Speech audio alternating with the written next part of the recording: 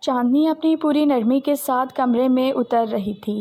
سفید پردے ہلکی ہوا کے ساتھ ہل رہے تھے اور کینڈلز کی سنہری روشنی دیواروں پر محبت کا عکس بنا رہی تھی۔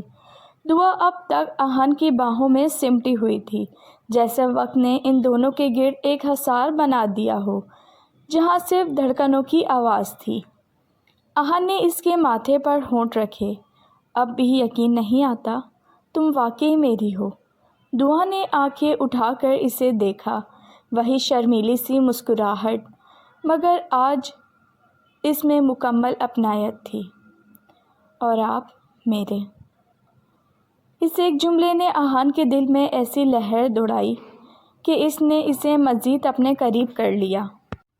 ان کے درمیان اب کوئی جھجک نہیں تھی، صرف وہ محبت تھی جس نے ہر امتحان پار کیا تھا۔ صبح کی نرم روشنی بالکنی سے اندر آ رہی تھی۔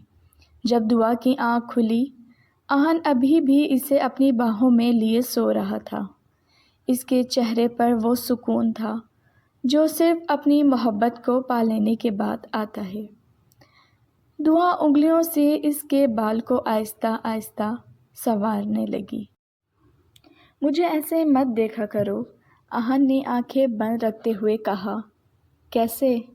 دعا مسکرائی۔ جیسے میں تمہاری پوری دنیا ہوں۔ آپ ہیں، وہ دھیرے سے بولی۔ آہن نے فوراً آنکھیں کھول دیں اور اسے اپنے نیچے کھینچ لیا۔ پھر دنیا کو اتنا تڑپانا نہیں چاہیے۔ کمرے میں ان کی ہنسی گونج گئی۔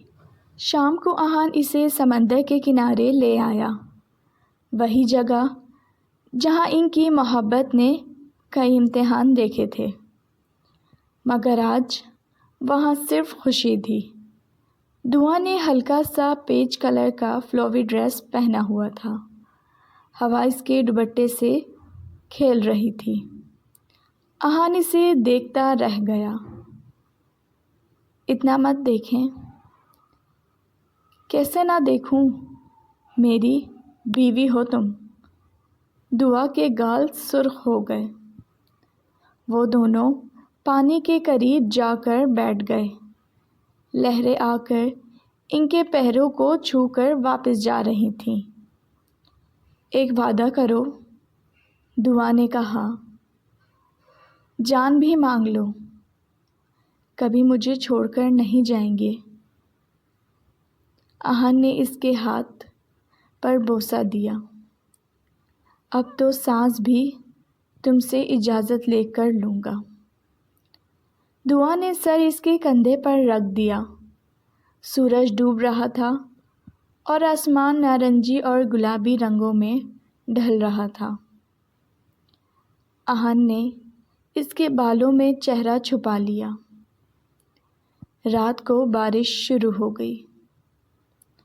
دعا کھڑکی کے پاس کھڑی بارش کو دیکھ رہی تھی جب آہن پیچھے سے آ کر اس کے گرد بازو رکھ دیتا ہے۔ چلو۔ کہاں؟ بارش میں۔ آپ پاگل ہیں، صرف تمہارے لیے۔ وہ دونوں بھیگتے ہوئے چھت پر آ گئے۔ بارش کی بوندیں ان کے چہرے پر گر رہی تھیں۔ دعا ہنس رہی تھی اور آہن اسے دیکھ رہا تھا جیسے پہلی بار دیکھ رہا ہو۔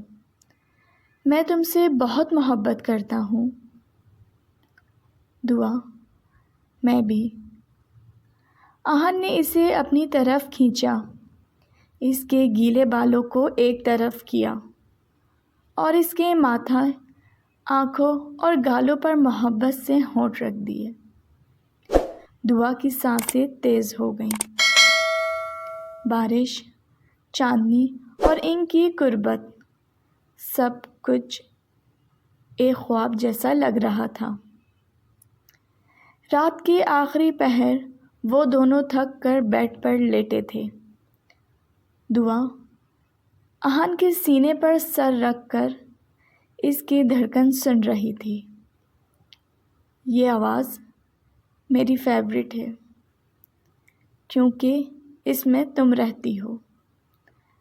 ہمیشہ ایسے ہی رہیں گے نا؟ ہمیشہ، ہر جنم میں۔ دعا نے آنکھیں بند کر لیں۔ کچھ دن بعد آہن نے دعا کے لیے سرپرائز پلان کیا۔ پورا کمرہ سفید گلابوں سے بھرا ہوا تھا۔ لائٹس چھت سے چھو رہی تھیں۔ پیچ میں ڈنر ٹیبل تھا۔ یہ سب میرے لیے نہیں، ہماری محبت کے لیے۔ وہ دونوں آمنے سامنے بیٹھے تھے مگر نظریں ہٹ نہیں رہی تھیں۔ ڈنر کے بعد آہن اسے ڈانس فلور پر لے آیا۔ سلو میوزک چل رہا تھا۔ دعا نے اپنا سر اس کے کندھے پر رکھ دیا۔ تمہارے ساتھ وقت رک جاتا ہے۔ دعا، تو رک جانے دو۔ ان کے قدم آہستہ آہستہ حرکت کر رہے تھے، جیسے محبت کی اپنی کوئی دھن ہو۔ رات کے آخری پہر میں وہ دونوں بالکنی میں بیٹھے تھے۔ دعا نے آسمان کی طرف دیکھا۔ ہماری محبت کو نظر نہ لگے۔ آہن نے اس کے ہاتھ کو اپنے ہونٹوں سے لگا لیا۔ ہماری محبت کو صرف ہم دیکھیں گے، دنیا نہیں۔ وہ اس کے قریب آ گئی۔ چاندنی ان دونوں پر برس رہی تھی۔ ہوا ان کے گرد محبت کا حصار بنائے ہوئے تھے۔ اور اس لمحے میں نہ کوئی ماضی تھا، نہ کوئی خوف، صرف ایک مکمل محبت تھی جو ہر گزرتے لمحے کے ساتھ اور گہری ہو رہی تھی۔ اگر آپ کو یہ رومانٹک ناول کہانی پسند آئی ہو تو پلیز ناول نائٹ کو سبسکرائب کیجیے، کمنٹس کرنا نہ بھولیے۔ رکھیے اپنا بہت زیادہ خیال۔ جڑے رہیے ناول نائٹ کے ساتھ۔ اللہ حافظ۔